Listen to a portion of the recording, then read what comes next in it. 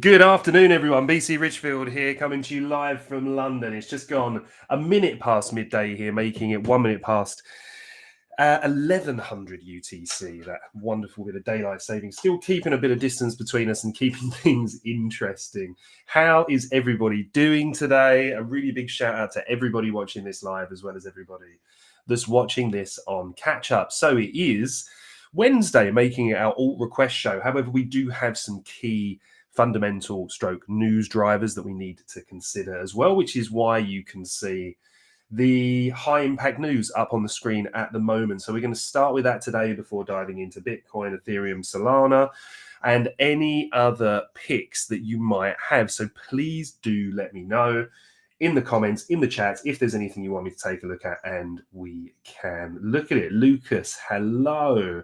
So yeah, let me know in the chats, guys and girls, if you've got anything you would like me to look at. But what I want to start with, first of all, is what a high impact day we are facing in the markets in terms of potential volatility. Nick, how you doing, my friend? Good to have you with us. So, it can't escape you that we can see here Wednesday, June the 18th. What have we got? Well, in an hour and a half from now, that's UK, that's London time, all right, which will be 1:30, sorry, be an hour earlier UTC. We have unemployment claims coming in. Now, there's been a couple of really big misses on this recently, right? Now, again, this is kind of a precursor to the really big news, or what potentially stands to be a little bit of what we would call a nothing burger event, because, it's 99%, I think, now priced in that the FOMC, so the federal funds rate, is going to remain fixed at 4.5%, meaning that it's a pause, right? It's unlikely, very unlikely there's going to be a cut, and there's nothing really priced in at all that there's going to be a hike. If either of those was to occur, then you would see some pretty big moves relative to that print. So if they came out and they cut when the market is priced in that they're going to hold, that would be really, really good, typically for risk assets. If they said for whatever reason they were going to put the rates up, which again is not even priced in, it's so unlikely, that would really, really tank risk assets. So things like the Bitcoin, things like Bitcoin, cryptocurrency, the Nasdaq, S&P 500, etc. Those kind of risk baskets are going to struggle a lot. I hate it here. Hello, mate. Excuse me. So obviously, all eyes then turn to this evening, right? That's 7 p.m. London time, 6 p.m. UTC. The key thing then to watch out for afterwards is going to be the press conference and the statement, right? It's all about the tone here. Is it in any way overly hawkish, which can be likened to being bearish, right? So if the tone or the wording is done in a way that kind of projects maybe that they're seeing more weakness in the economy than they thought, or that they're more worried about rising inflation, or that any of that could lead to there being rate hikes, or not as many cuts, so they've got markets priced in 2 more 25 basis point cuts this year. If any of that starts to kind of, get questioned by the Fed with statements like, we could see there being no more cuts this year, or we do have major concerns about inflation, etc. Bearing in mind that the tariff data hasn't washed through yet and won't do for a few months, henceforth why they're probably being a little bit cautious at the moment we saw it obviously with Bank of Japan yesterday, which was expected. We're going to see it, I would imagine, tomorrow with the Bank of England as well, right? Everybody at the moment with the geopolitical tensions, the sad escalations in the Middle East, everything that continues to draw on with the tragic events in Ukraine, as well as obviously the ongoing conflict in Gaza. All of these really kind of nasty geopolitical situations are very turbulent for the market. You combine that with the tariffs and everything that we're looking at, and the uncertainty is rife. However, risk markets have genuinely been holding up really well into this, which shows that the market's pricing this information in quickly, and at the moment feels like it's got it under control. So that these kind of, the real bullish conditions can continue and kind of push forward. At the moment, the market's absorbing the news quite well. So that's what we're looking for. So for today, really, and when we start the live trading show, we had the live trading show yesterday. We were scalping the NASDAQ. We came away just about 2.2R up for the day. On what was actually quite a tricky day, we weren't really seeing those kind of really big movements. Price kind of ended up sitting into a range for most of our trading session anyway. But we still managed to come away a little bit up today. I think it's going to be an interesting one because unless unemployment claims really inject some volatility, which is unlikely, obviously these are seen as a gauge on the kind of health of the economy, right? You want less unemployment claims, you want more jobs created, right? The flip side of that is that a very, very strong labour market makes it a little bit tricky from an inflation perspective as well, and in terms of the rate cuts. But we won't really go into that in much more detail now. I just want to kind of give you the overview of the day for what I'm looking at. So for my intraday plays, I'm going to be waiting for the dust to settle after unemployment claims. At the moment, don't really see that having a major impact unless we get a really, really big miss on the print. But then everything is all eyes towards FOMC. So it could be one of those days that kind of just, chops around a little bit. I think once we get through this, I think then we can really start looking forward then into the close of the week and then next week, which, all conditions aside, we could really start to see some runs. So that's the news part out of the way, or the very, very basic take on it. So let's dive into the chart, shall we, with Bitcoin. So take a quick sip of tea and then we will rock.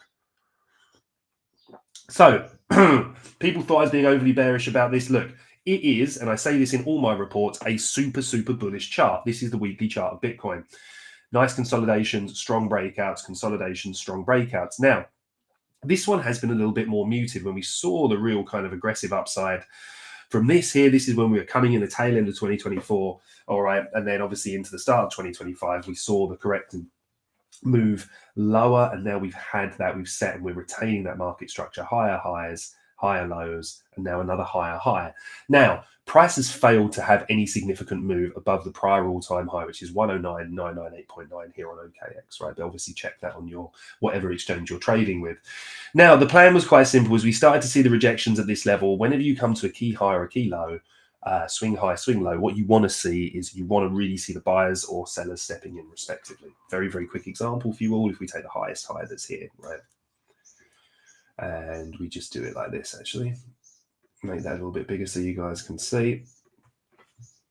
Right, now just look at this, right? Or let's put it on to one of these other highs here, all right? Even on this lower one here, right? Or these ones down here. What you're seeing is as prices coming into these areas, look at this initial kind of wicked rejection. Yeah, it's actually quite a bearish candle. That it has got a bullish bottom, but it's actually a bearish pin bar with a short nose or an inverse hammer, showing that price really kind of moved up into this area and was quite forcibly moved back down. All right. So if you're seeing that, you don't necessarily want to act just on that candle. You can wait for a follow-up, all right? And then just wait and see how that kind of develops on the next candle. You get a bearish rejection here. Chances are price is seeking fair value lower, right? Or seeking liquidity lower. That's the whole point of ranges, right? Basically, price is considered value in here, so it's chopping around. People don't know whether it's undervalued, overvalued. Then you get the breakout, often to do with restrictive supply in normal markets. Something's obviously considered undervalued here. Strong breakout, often with volume.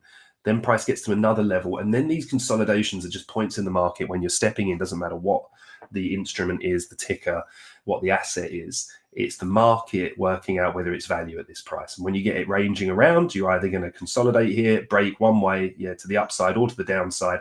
When that happens, if you were to break to the downside here, you're looking for those previous areas that price was considered fair value, and you're looking what happens when you re-enter these ranges. Henceforth, why I was really, really keen to see price come back down to retest this area. And we never quite got it. Very, very high of this, or certainly the top of this consolidation point, which to me is a real kind of sign of strength here. Price swept this kind of newly created low here, internal to this range. Then we saw that really strong reaction, and we've just been going up for a long period off the back of that. So why is this important? Well, if we look above here and we're looking at our theory of how price is engaging with these highs and lows, you know, this long wicks up here just showing that price isn't really getting acceptance. So what do? We see a rejection wick here, then we get a bearish engulfing candle. So remember what we look at here, right? Now, in this case, price drives down into a low, we reject, we get that, and then we get a bearish engulfing candle. That's a little something to consider there, because we've got both of those united in one move, coming into trend line liquidity here, or we're looking at these highs. What do? We draw in bearish pin bar, bearish engulfing, we target the next low, all right? So very similar thing was up here. So as I said, it was just a very, very simple target. We hold this gap, rejection here. So that's why we were short week of Monday, the 2nd of June, into this low. Into this gap, sorry. Now, within this gap, we saw a really nice positive bullish reaction. Price got bought up. We saw a long downside wick. So we ultimately then target the prior all-time high again, and liquidity resting against these highs. Now, the reason that I said I think we could be in for a little bit of a down week this week was the rejection from this candle here. But yes, we have just got kind of a series of doji candles in here. But look, the trading throughout the whole week, price really trying to get kind of pushed up here. Price traded down, came back to the upside. Ultimately, what have we done?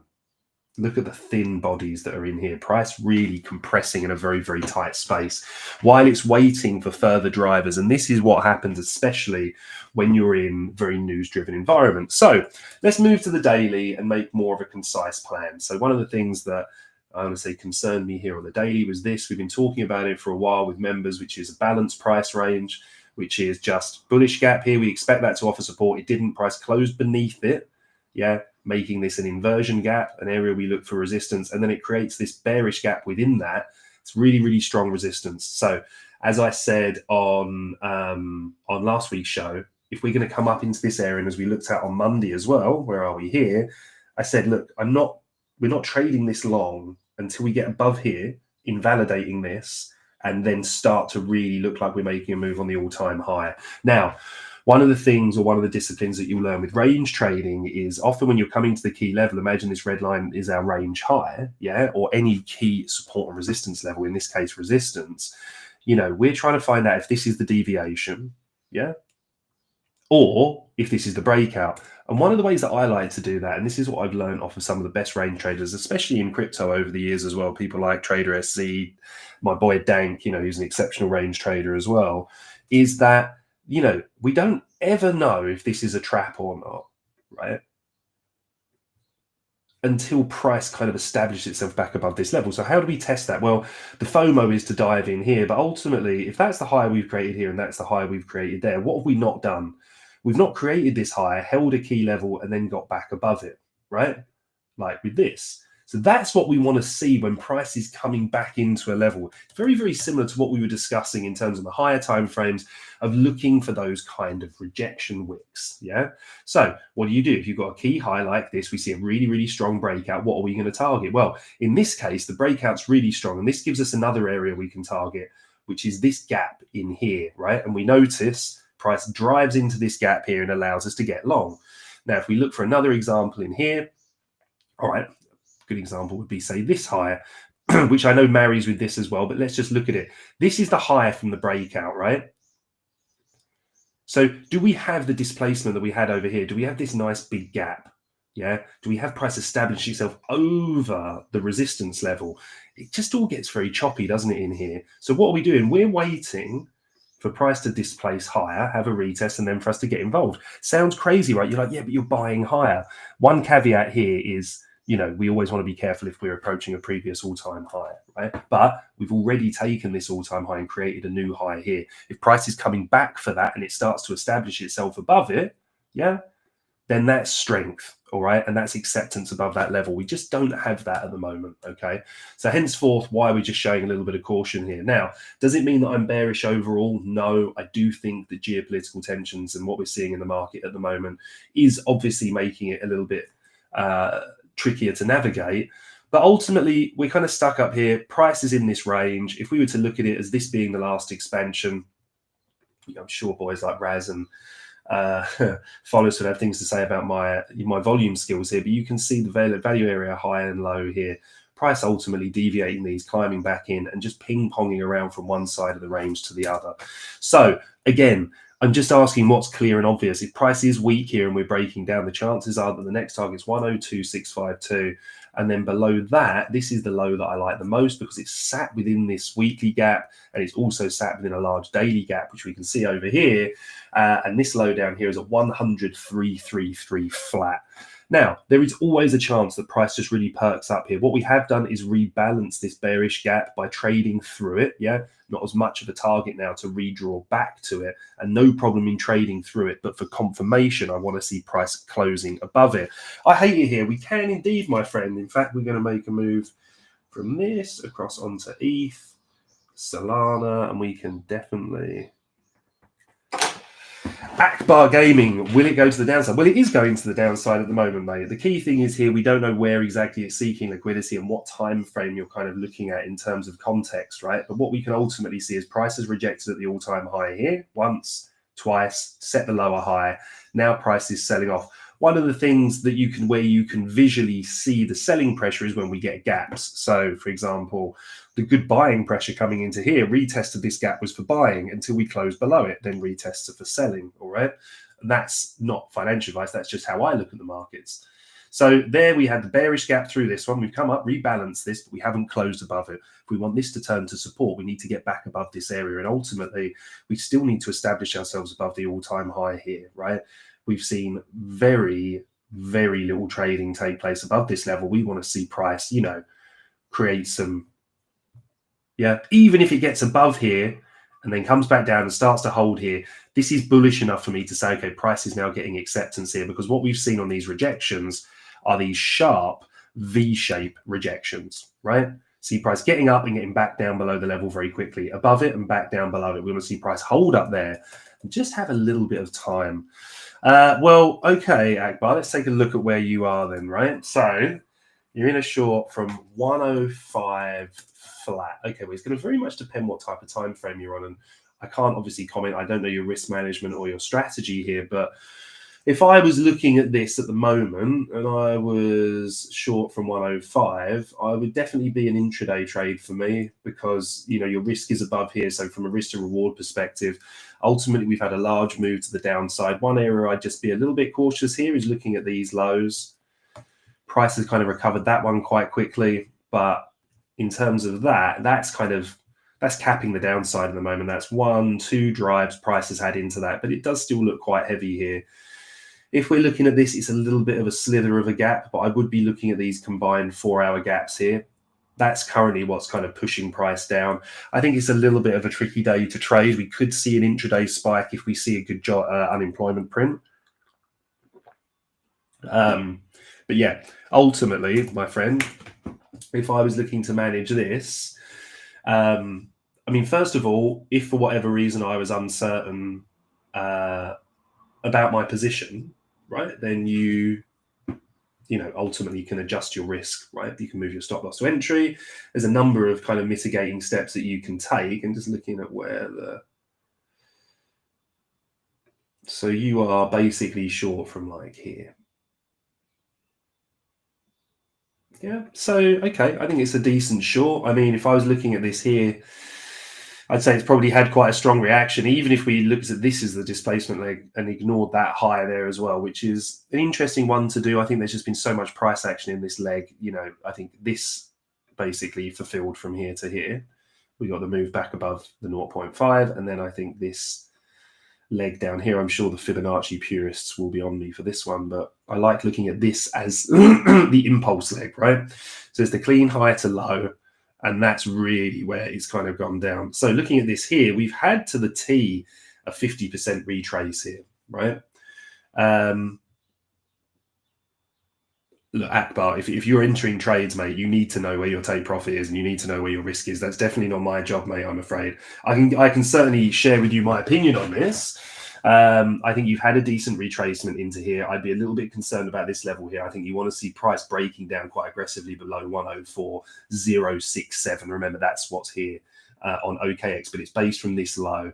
This low, liquidity was taken, deviated, climbed back above, and seemed to hold here. The fact that we're coming back to this area now, you want to see price kind of getting down below here, or certainly I do. I'd imagine you're in this thing from some kind of intraday trade, because if this is the level that you're short from, I don't know where your stop loss is, but what I would, if I was trading this and I was short from here, well, I mean, I would imagine you had your stop above this high somewhere in the region of 105,507. If that is the case, then you are to this very point 1.32R up on the trade, with a potentially highly impactful news day on the horizon like we've got. I don't, personally, if I was trading this, I'd probably look to secure my risk here, meaning that even if you don't take profit, make sure you've taken enough to cover the fees for the exchange, and then you can move your stop loss to entry, right? The risk is that news spike sends it back and then it goes tumbling, and you go to yourself, why didn't I stay into it, blah, blah, blah. So you have two options. You either have your fixed targets, that have been worked out from your technical analysis, and you're saying to yourself, okay, this is my first take profit here, in which case you leave the trade alone until you hit your first take profit, or you hold the whole thing down for here if you have conviction in it. At the moment, price seems to be okay. I would be looking at this as if I was managing this on a 15-minute for price to hold down below these bullish candles. All right. So how I would manage this would be like this, right? So you see the bullish candles in this way down, and this is just an example of where your trade might be. Excuse me. The up close candles, right? They become our bearish order blocks, right? Or point of supply. So price comes back into this, sellers stepping in again, retest it, sellers stepping in again. We then create this one here, which we haven't retested. So now the next point is we either want to see this hold if it revisits it, or in an ideal world, what you want to see is price come and close back below this, a nice bearish candle closing below this one. All right. And then you just want to see this area defended. Look for the bullish candles to defend price on the way down, right? And look for bearish candles to support price on the way up. Yeah, like these ones did. Yeah, so price closes above, hold this area, nice downside wicks, moves higher, holds this area, comes back down. You can always measure around about 50% of the order block if you want to. However, as long as for me, you're still holding market structure here, ultimately what happens, this is your next up close candle, your down close candle here. What happens? Price closes above, fails the retest. Yeah, then what does it do? Well, very shortly afterwards, we close below this with this candle. All of a sudden, we've gone from respecting the bearish candles on the way up to disrespecting them now and respecting the bullish candles on the way down. All right. That's how I would personally look at this trade. But, first of all, I can't and I won't ever comment on somebody else's trading. Ultimately, it's your decision, your responsibility, your money. What you absolutely should be doing is looking at this from a risk management perspective and saying to yourself, okay, is discretion the better part of valor here? Have I really got a lot of confidence in this trade getting to a certain level? And if you have, then you absolutely want to hold that with conviction. You don't want to be closing out of trades earlier than you need to, right? But at the same time, if I was looking at the economic landscape at the moment, I'd be saying, look, I've made a little bit of money here already, right? Even where price is right at this moment, you're 1.34 up potentially. Maybe your stop loss is all the way out here, but there's nothing to stop you mitigating that. Or maybe your stop loss is up here. Maybe you can now move it down above this high. Price coming and taking out that high there would be, a lower time frame structural break or major shift with displacement in some respects. So it can always be a good point to mitigate risk around here. Again, this is completely up to you, mate. But hopefully those are the points that I would be looking at certainly today. And from a intraday perspective, ultimately price is reacting at a bearish gap and it looks like it wants to push lower. So that's where I would be with that. But you really need to understand that, I don't think we're going to see anything major from the unemployment print, which is in about an hour from now, but it could be enough to inject that volatility. We've got the pre-market open in the US in an hour and 6 minutes from now, and then the market open, in 2 hours and 6 minutes. They are two key volatile periods to watch. Often discretion is the better part of valor. Ultimately, if you do get stopped out, price going back up and then started to work its way back down again, just understand the levels, and from there you can find re-entry points. I am, however, fully a very risk-averse trader when it comes to stuff like that, unless I have really key plans and targets. For example, something like this, right? We see the inversion gap here, and then as I look up, I'm saying, okay, as long as everything else in, we're reacting at a high time frame bullish gap here. This is the gap we would expect to reject price on this level. We get a strong close above it, we retest it. I know my risk. I know I'm wrong if price comes back down below here, and I have these targets all the way up to the key area, which is this all-time high.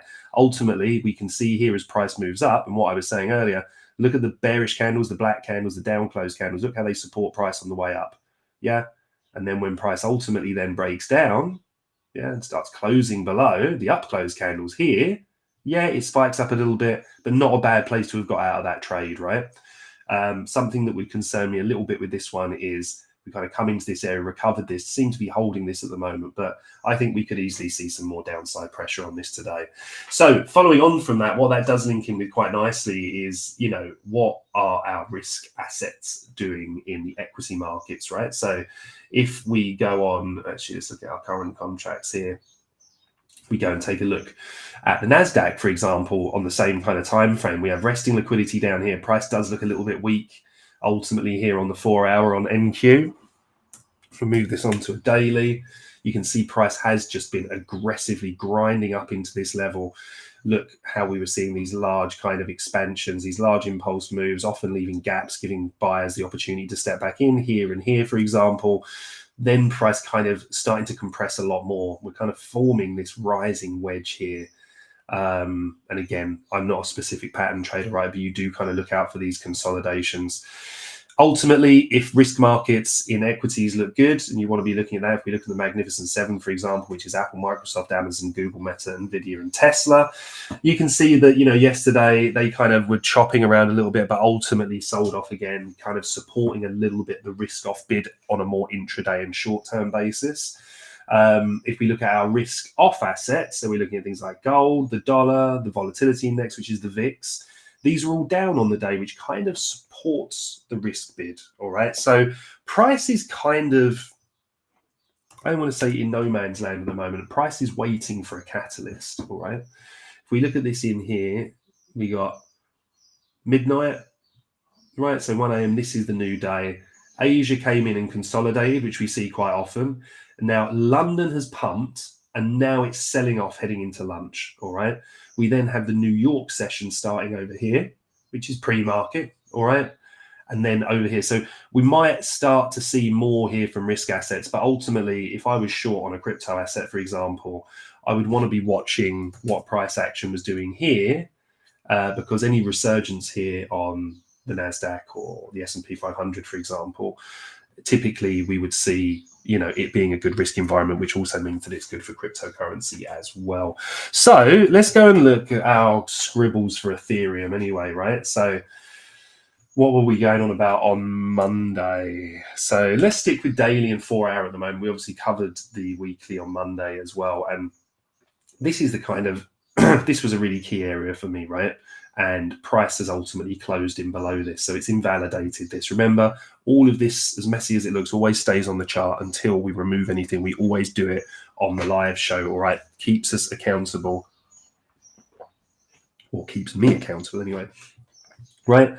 So bearish gap closed above. Want to see this act to support. Held beautifully here. Continue to hold. Continue to hold. So we were looking long here starting this week, which did play out quite well, but we're very aware we're trading up into these gaps, these inefficiencies, which are ready-made to reject price.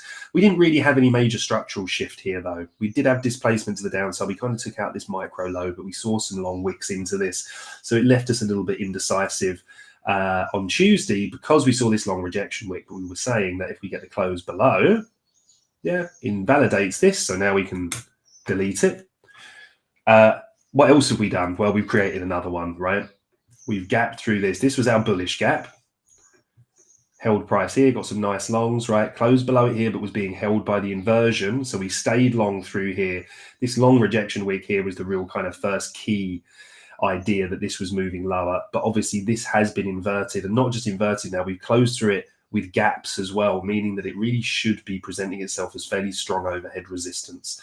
So with that in mind, we're kind of looking to lower liquidity targets in the moment here on Ethereum. So we've had the close below, we've held this area, we're looking lower. We're just going to move this now to a 4 hour and just take a look at the Fibonacci. right at the time we'd had it expanded to here. We were saying we were waiting for the expansion, seeing if we draw back down to the golden pocket so that we can measure the reaction. Again, we don't like to see price just really screaming through a level. The reason that this grey box is here, it's the overlapping gaps between these candles here, which is the area we look to hold. What happened? Well, quite simply, did the gap hold? It didn't. We just closed straight through it here, right? And this is where it got a little bit messy, because then price recovered this very, very quickly, drew back into this order block, and then has sold off. So it's not shown us anything bullish since. So while that's been invalidated, ultimately we saw how disrespected this got.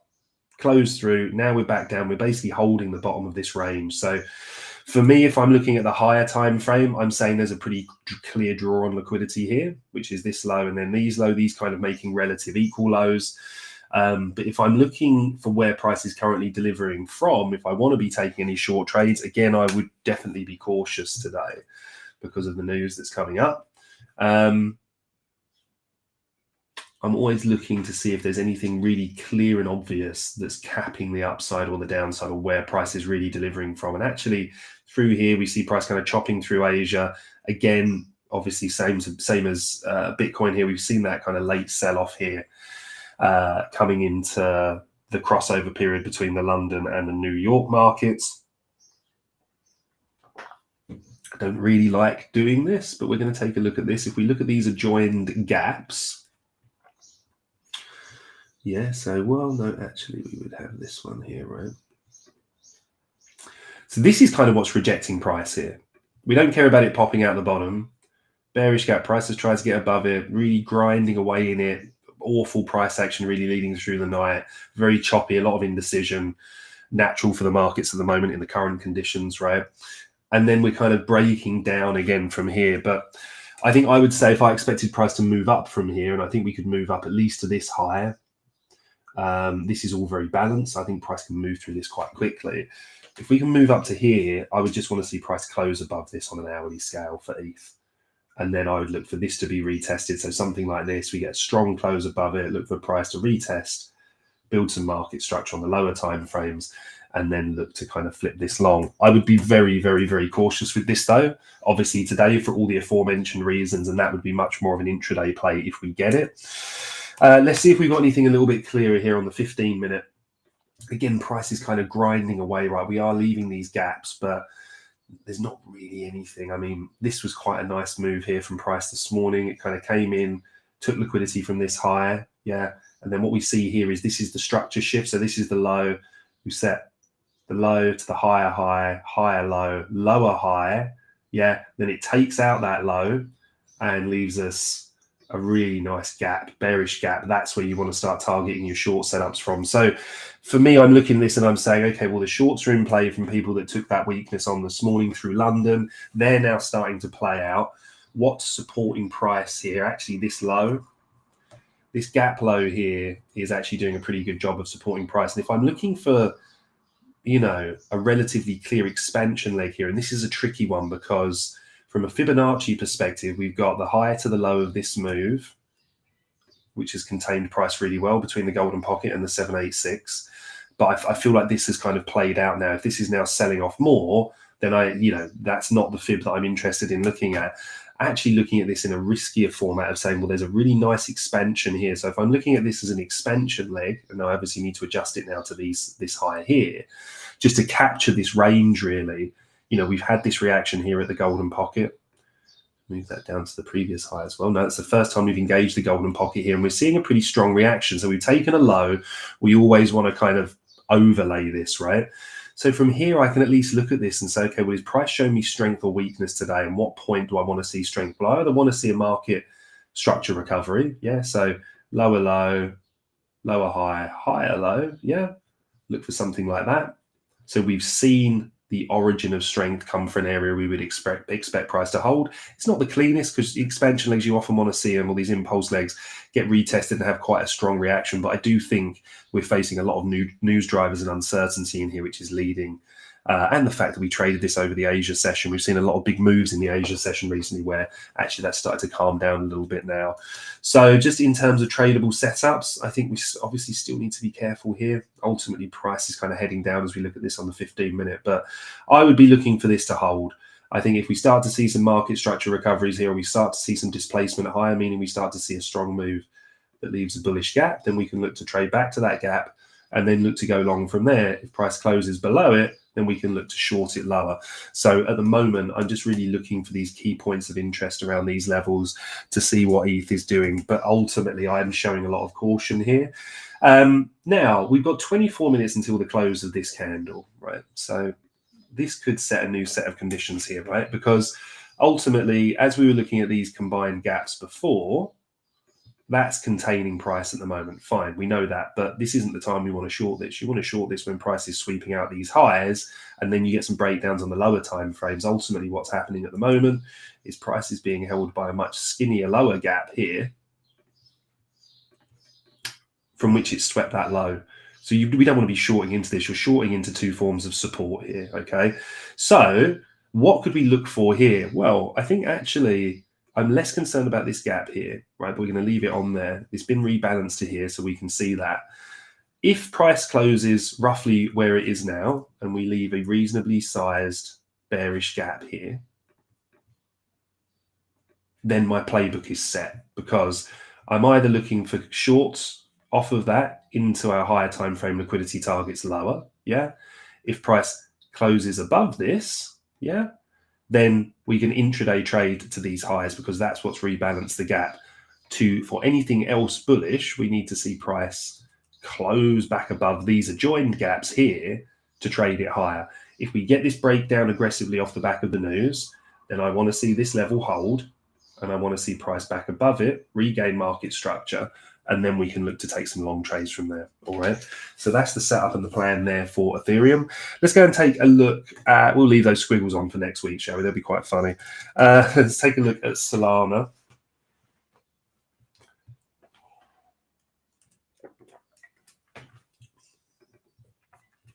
One of our funniest, messiest charts that we've had over the years of of trading these. So obviously bear with me. I know this looks like a little bit of a shit show, but unfortunately a lot of this is still very, very relevant and does also help to really understand what's kind of pinning the market down at the moment.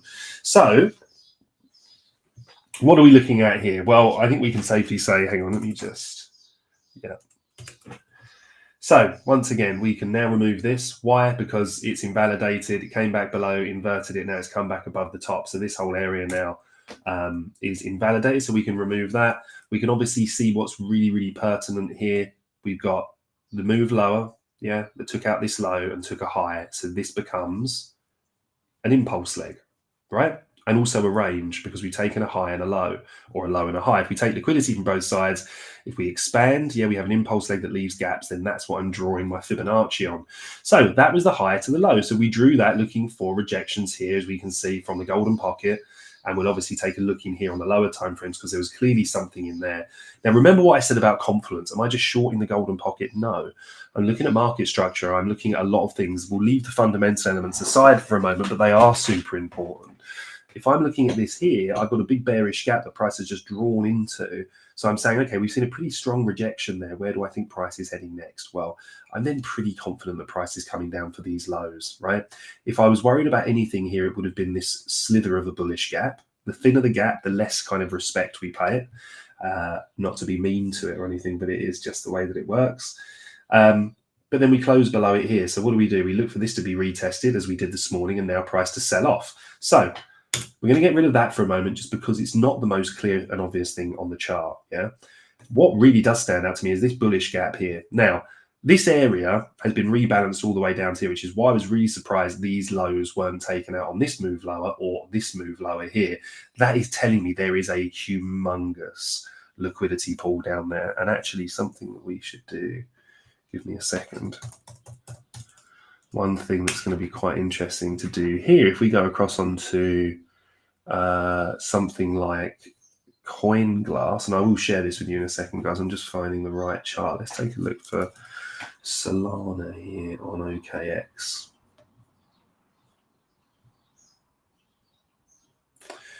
Where's this looking at here? This is 144.5. Right, where's 144? Ah, interesting. Okay. So I'm going to show you this in a moment to give it some context. And, I do apologize again for the messy chart. It's not how I like to trade at all, but I do find that it helps us stay relevant with the decisions. So 144.5. I'm going to show you what this all means in a second, guys. Just bear with me because I'm just moving between monitors. 24.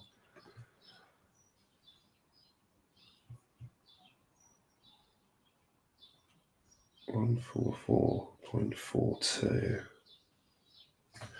Okay, let me share this with you because I'm just finding this quite interesting here, right? In terms of a liquidity perspective. So we've got our Solana chart here. Now, one thing that's kind of throwing this off a little bit is this is the OKX one, right? But we can obviously take a look at some others as well, right? Now, this is where we're looking for the map liquidity. You're really looking for these kind of really bright areas, right? So look what happened through here, right? This is an accumulation of projected high liquidations, right? So a lot of over leverage. The market really does tend to kind of hunt these. If you look at these bright yellow areas down, look what happened here. People started to get long over here, right? And then these are their stops. People, adding.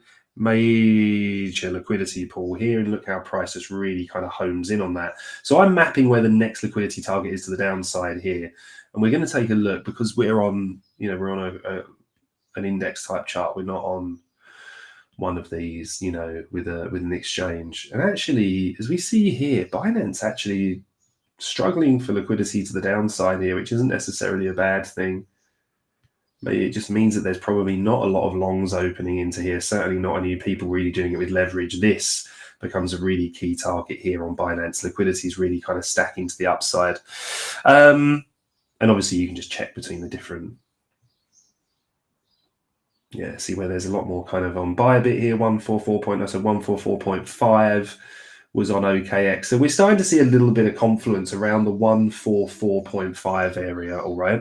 So let's move back to the chart now. This is something I only ever really use for confluence. I'm never kind of basing it on anything more, but that's why I've drawn this level here. So you can see why this is, an interesting level. Well, people that have been long in here put stops around this area, people long in here, stops around this area here. So it's interesting to see that if this is the draw to the downside, going to be interesting to see how price reacts at this 144.5 level.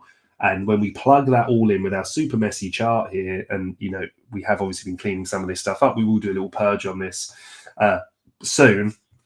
Why was I favoring the bearish Fibonacci here, which is a really good question. So we didn't run out this low, first of all, and we didn't really have any displacement in this leg higher. So my expectation was that this is the displacement leg that's still containing price, henceforth why we were looking to short from here. And again, if we add our confluence into this, actually, let me just do this one sec.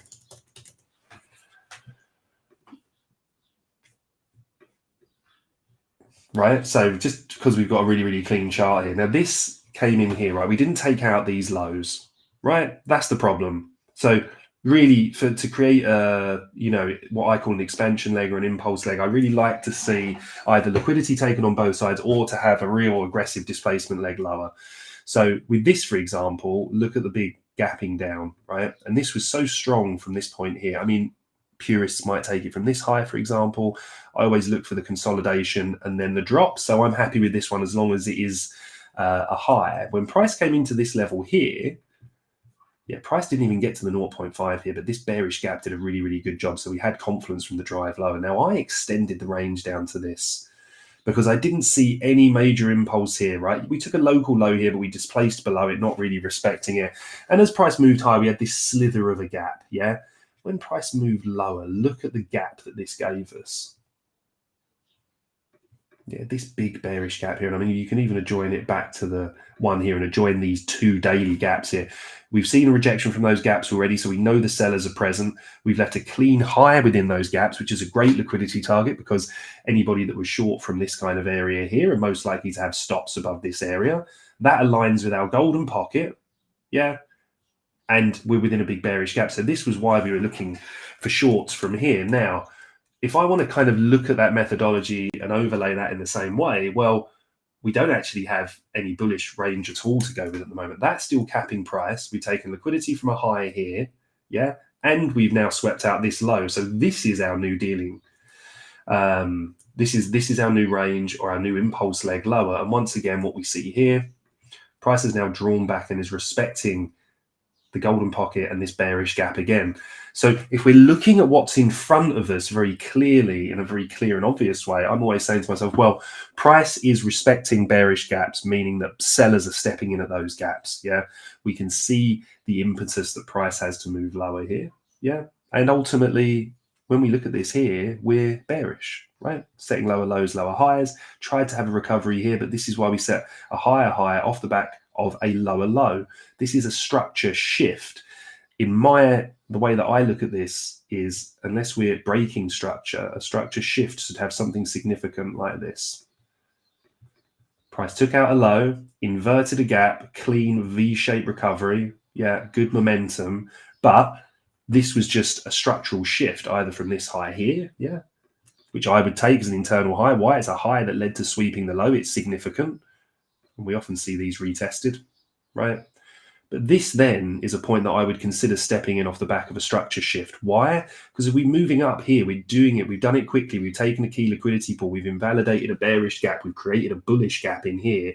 It just gives me that indication that price is willing to move higher.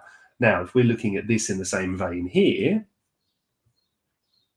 I just don't see where the major bullish recovery here is at the moment, all right?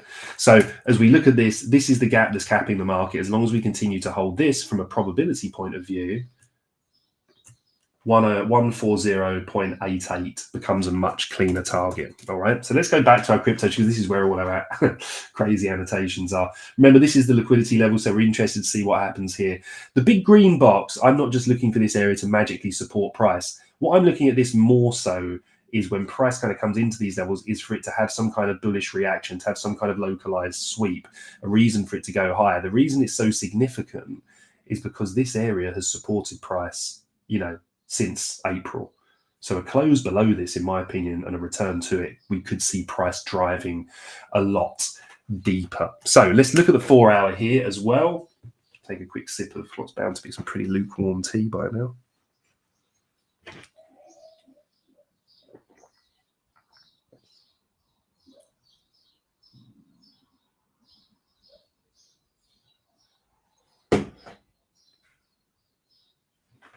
Right, so on the 4 hour, we can see how this playbook was shaping up. So this was the bullish gap that we discussed on Monday, right? Now, while this held, we understood that price could continue to push up from here. So why were we cautious? Because we're drawing into the golden pocket here and we're within a big bloody high time frame bearish gap. It can look great on the 4 hour, but if the daily or the weekly are telling you otherwise, you just want to be a little bit cautious. Look, we had a similar situation here, bearish gap. So what do? We stay bearish unless we close above it, retest it and move higher. We didn't do that. We had a similar situation here, bullish gap, inverted. So we expect price to reject here and push lower as per the arrows. That's why I leave these arrows on here. Look at what we said, unless we get the close above setting the order block, in which case we scrap the short positioning and we take the longs. And we got that, right? So just very, very simple parameters. Yeah, here was the bearish gap. It was closed above. Did it offer support? It did. So we just stay bullish, respecting these candles, the down close consecutive or singular candles, as price draws higher until price inverts a gap here. Yeah. And then we start to say, okay, maybe this is the early stage of a sell-off. If we don't recover this, we have to look what happens at our next liquidity targets. And we didn't have anything else until this low. And look at this close, long upside wick, strong close below it. So we're saying, okay, price is most likely continuing downwards. So with Sol where we are at the moment, we've seen the Fibonacci rejection, price is coming down. We do actually have here on the 4 hour, one thing I would say, providing a nice little bit of support for price is this bullish gap. All right, let me just hide this for a minute. And we're going to do the same with the fib. All right, this was inverted, so the playbook was very, very clearly outlined. Price closes below, Look for this to reject and hold. We created a bearish gap here as well. It's almost the perfect setup. Strong displacement move lower, inverting a gap, telling you that it wants to move lower, creates a bearish gap here. So there you have your conditions. Quite simply, if you're wrong about being bearish and you close back above this level here, including obviously the bearish gap from where price rejected, yeah, then at that point you can start to say to yourself, okay, price is probably going to look to move up here because this should be an area to defend for the bears, and the bears should be able to draw price down. The sellers should be able to step in here, and they're going to be able to push price lower. The price needs to find value lower down. So we target these lows within here, within a key liquidity pool, but ultimately these lows down here and these equal lows, I really do think are the draw. So this 4-hour gap's done a great job of kind of suppressing price here. It's kind of been holding, but look how it's grinding into it. We're not seeing that strong reaction, are we, that we want to see from a key low or a key high. You know, look at this, up and pretty quickly back down through it, yeah? Where this one, there's been no reaction. Price is just kind of, think of it as a bouncing ball that's just kind of lost its bounce. Just bounce, bounce, and then it just kind of lays across, all right? So as we look at this, price closing in below this, let's look for retests of this area here and go back down lower. Now, ultimately, I'm a massive fan of Solana. I'm a huge holder of Solana. I've been very, very, very, very, very, very, very honest and vocal about all the different levels that we bought this. Yeah. And I will continue to do that. But if I'm looking at this at intraday or short-term swing trading, then I need to see some recoveries here. Ultimately, until then, price is pushing down in some key levels where I'm really, really, really happy to add some more. Anthony, hello, mate. Good to see you on here with this official strategic Solana reserve, SSR. Love that. Hello, mate. It's not Crypto Bird today, my friend. Although I'm not suggesting you're saying it is. It's BC Richfield, head of trading for the wonderful man himself over at the Bird Nest. Thank you very much for your comments. Really do appreciate any support of the show. Thank you very much. So look, playbook's really clear here. Actually, in 8 minutes, I want to see if price holds, if price closes below this, then I think we start to attack these lows all the way down to 140.43. If we do close below this, I really want to see price magnet in on this 144.50 because we know, or we have the projections from our friends over at CoinGlass that are telling us that there's key liquidity resting down there as well. All right. So that's where I am on that one. Now we're going to take a look at Pepe, one of our friends in the channel who asked if we could take a look. I think it was I Hate It Here. Let's take a look at Pepe. Good old Pepe. It's been a little while since we've covered this one. As we can see on the majorly higher time frames, I think a lot of this stuff is going to be on the weekly. Unfortunately, we can see we never quite got the move that we were looking for here again, but we're just overlaying exactly the same principles here, right? This is on a much higher time frame as well. Pepe is something I don't typically intraday trade. It's something that I'm much more interested in kind of just buying up at key lows. So where do those lows exist? Well, any consolidation before you see a major breakout. So henceforth, why I've just been, literally, I just buy Pepe at these levels. Yeah. Consolidation led to this pump, revisited. Yeah, fine. Consolidated here. That led to a massive rip. Yeah. This has led to a nice rip again. So I'm just happy to keep accumulating Pepe down here. I think it's fine. You get the big rips. Yeah, I do sell. I'm not one of these kind of hardcore DJs that just keeps these things forever. I typically wait for something to ideally do about 3x, and then I'll take the initials out of the project, maybe a little bit of profit. Depends what the kind of market is telling us from a whole number of different views, especially across the news, looking at risk markets and stuff like that. But yeah, I actually, the plan was really clear here on a weekly scale. We just setting these dojis. We've seen similar things on alts as well, right? Setting these doji candles, seeing key rejections. That was the last low before a key break. That was retested and sold off. And then we've got this back here as well. Anthony, why you used the red line from the big bearish wick? This one, mate. That was the most obvious liquidity pull. Yeah. So that's the lowest low of this move. So what was that? The low, high, higher, low, higher, higher. Yeah, so that was kind of what I would call like a protected low. So liquidity hadn't been swept below that. It also left that low there, making these relative equal lows. It was also within this consolidation that has been holding price action, yeah, as we go up. Oh, you mean this one, mate? So it's a significant low. I learned this from a magnificent trader, still one of my favorite traders, and just hugely funny guy, especially if you like to be called the C-Bomb. A guy called Dante Trade. I think it's Dante Trading, but anyway, Tom Dante, exceptional trader, Bund specialist.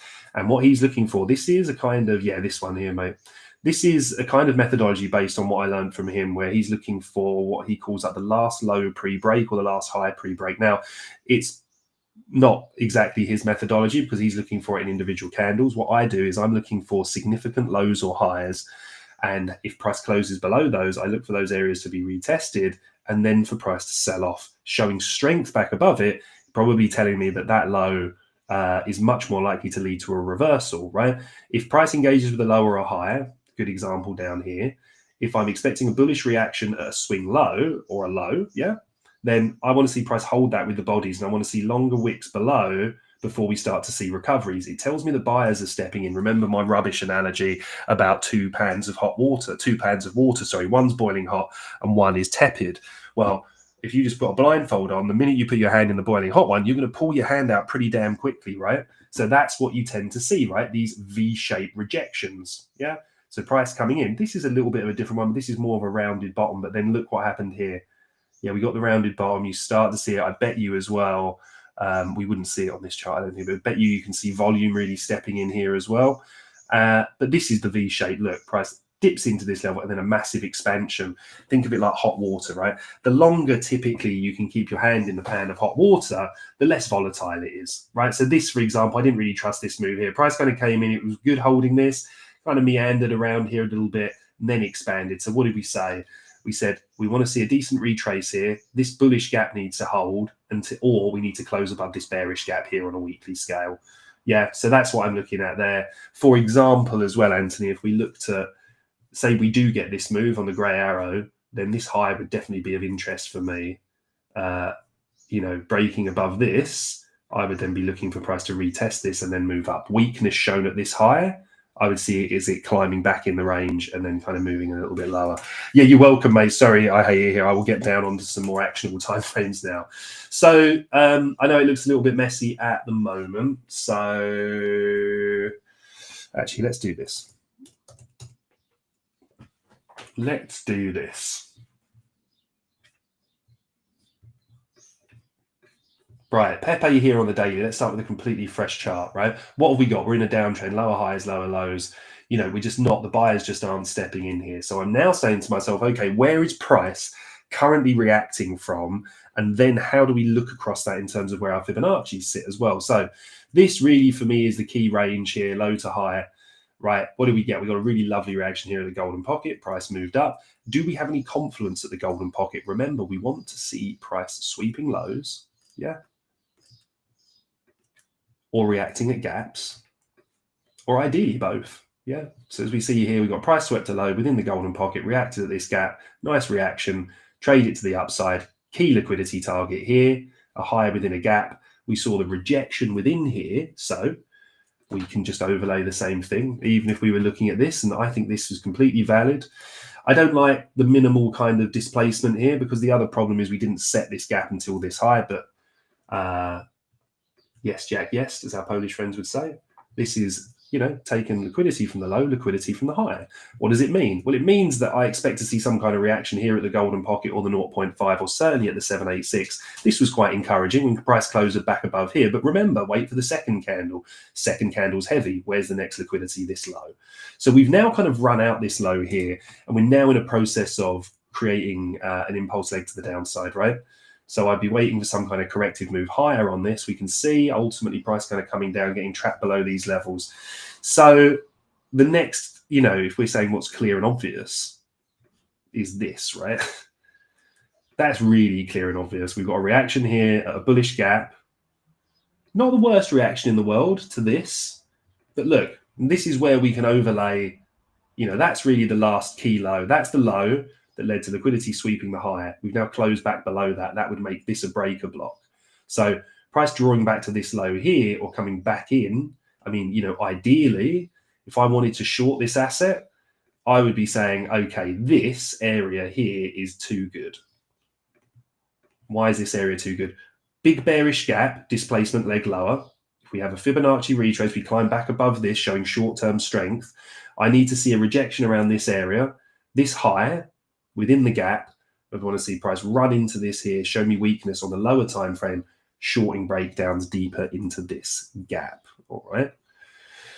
Live Jasmine Cam. Thank you very much, Jasmine. I do appreciate that, but not today. So I think that's really quite clear. But what I would say actually is looking at Pepe much more from, I know a lot of you guys will be looking at this from a term of kind of accumulating this. Well, if we kind of zoom out here, we haven't got as much data on here, right? We can maybe look back at the other chart, but I really don't hate it. Yeah. Last high, pre-break, price is engaged back with this level here. I mean, on a weekly scale, we'd need to see price close out below this to even attempt to be running those lows. I think the upside on Pepe is really good as well. So yeah, for me, I think I'm kind of going to wait and see the play out of how price is kind of engaging with this, because we've got a decent support here. We're in a weekly gap. It's relatively, very hard to short this when you're this low with it. So we want to see some kind of bullish reaction. Maybe the 4 hour gives us a cleaner play. What I would say is that I know it would get you in later than you would want to maybe, but this bearish gap here, if we don't see a structure recovery before that, I really do feel like any close above this, which incidentally, as we look at our displacement leg here on the 4 hour, yeah, if price is going to continue to reject, then I'd be looking for price to draw back to the 0.5 or the golden pocket here, which then aligns beautifully with this big gap. If price showed strength through this area, like we really started to get some strong expansion candles, obviously these would be, well, they'd be white on the chart actually, but I'll do them green so it kind of makes more sense. If we get something like that and we're not respecting the rejection here, and we close above this, then I think this becomes the base that we then use to move higher. Unfortunately, if not, then I think probably a little bit more downside here until we get a little bit more stability across risk assets. And Snipe Trader, I just see you sneak in there with an ADA request. Yeah, of course, mate. Let's close up on ADA.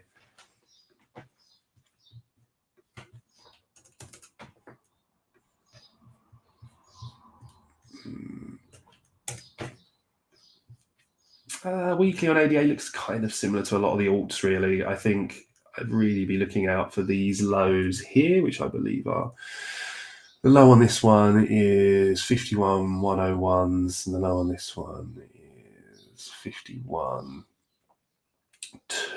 Okie doke. So you can see that was run. So we want to just move it down onto this one. They're still relatively equal, but I think that's okay. Liquidity was taken from this one here. Nice reaction at this bullish gap. Another good reaction at this bullish gap. So, if price is heavy here, it's seeing good bounces around this gap.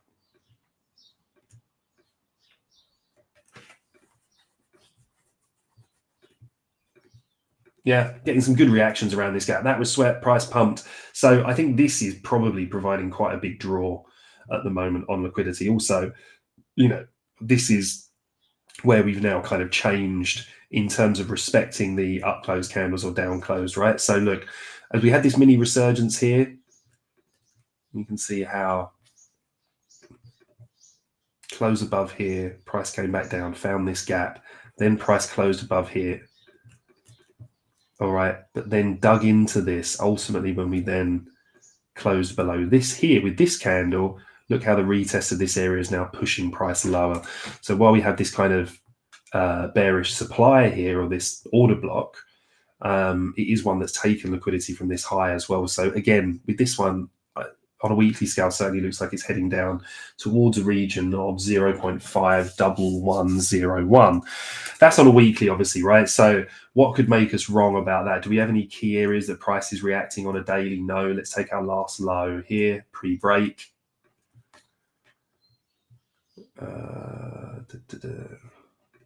Yeah, remember, that's the key low. It's the low that swept liquidity and then led to the liquidity being swept above here as well, meaning a breakdown below this low. We can see we've actually having the retest of it today. This was the close below, initially offered some support. Now we're having the retest and price is selling off. We do have this kind of low below it here. I don't know why that would necessarily be majorly significant, but we do want to be aware of it. from an intraday perspective, all right? And then it's pretty clear running all the way down to there. We have, again, it's a very small one, but we have this daily order block here, or an area we expect to provide supply, right? If we draw into it, and we're respecting these bearish gaps here as well. So price at the moment in terms of delivery is pushing lower. If we've rejected this now, then I think the next likely target is 0.59509. Let's just look at this on a 4 hour, see if we get any more clarity from it. No, good rejection candle here, right? Pin bar, I mean, it's not quite this, but it's almost like an evening star pattern. You'd want to see a larger impulse candle here and a bit more of a doji, but that's a strong breakdown. Price has had an initial kind of decent reaction here, but again, if I'm looking for something to reject price here, if it draws back, it would be that H4 supply here. I think price drawing into this, into the order block, can push us lower. First of all, into this level, which I look for intraday, but ultimately, you know, if things, you know, don't look positive for risk assets, especially from a news perspective, then that's what I'd be looking for. In terms of recoveries here, I think it's very, very tricky, actually. I think there's a lot of kind of overhead resistance. Price selling off quite aggressively. We didn't even get a 50% retrace on this one from the terms of the Fibonacci's. So we can see this price just rejecting at the 382, but we did have a really nice bearish gap there. You know, often this can be seen as a real sign of weakness because price isn't even reaching back into the upper half of this range here. You know, we normally target the 0.5 or the golden pocket, right? And for overextensions, strong rejections at the 786, but we've seen a strong rejection here at the 382. Typically, when you're measuring a trend using Fibonacci's, then the stronger the trend, and the downtrend, you might react to the 236 or the 382. Normally means that this thing is looking to push a little bit lower. So that's where I'd be with ADA. I think there's some kind of overhead issues here, if you like. Probably, as silly as this sounds, just from a clarity perspective, I'd be looking at this maybe to kind of find some intraday positions here. But even looking at that here on the hourly, we can see such a really kind of aggressive push down here into the lows. Maybe for some intraday players, if we're going to show some strength here after sweeping out these lows and we do get some bullish news, or certainly some flat news, we get an injection of volatility, a close above this gap here, I think we could at least take intraday players up to this high, which would be 0.61773, and then these highs up here, which start to look very appealing as we move our way back to possibly retest the higher time frame area of supply, starting at 0.62469. All right, legends, thank you so much. I have to run. We have live trading starting in about 7 or 8 minutes from now. So I'm going to go and refresh my cup of tea, smash onto the NASDAQ charts, take a look, see what crypto is doing today, and see if we can get some volatility injected off of the unemployment prints. For all of you that will be joining us over there, I will see you over at the Discord very shortly, and we'll look to do our pre-market review, see where we are, and then we'll see if we can continue the week's good form with trading. Just over 2 hours up yesterday, which is our first day back since last week. And then obviously we've got the trading session with Raz tomorrow as well, which has been really kind of returning some serious profits. I think over 20 are in the last few weeks. So let's get that legend back on the charts and get on with it. All right. Wishing you all a fantastic week ahead. Remember, we do have a shortened week this week. Tomorrow is Corpus Christi. So we have got a shortened disruptive week, meaning that after FOMC today, as price starts to go through, we might see a calming off towards the end of the week, or certainly slightly less liquid environments. That doesn't have to be bad for crypto. It can create this kind of thin veil that means it can really run. But aside from that, just stay frosty. Don't feel like you have to be involved in these. Wait for price to come into your key levels, identify where they are, and make sure you've got alerts set and you're ready to action. Don't just sit there just, gormlessly watching the charts, just, can I get in here? Can I get in there? Wait for it to come into your key levels. Aside from that, put all of that effort and energy into really, really mastering your niche, whatever type of trader you are, okay? And I look forward to those of you that are over with us coming to see us over at the Nest. And for those of you that are interested in any way that you would like to join us, then please do let me know.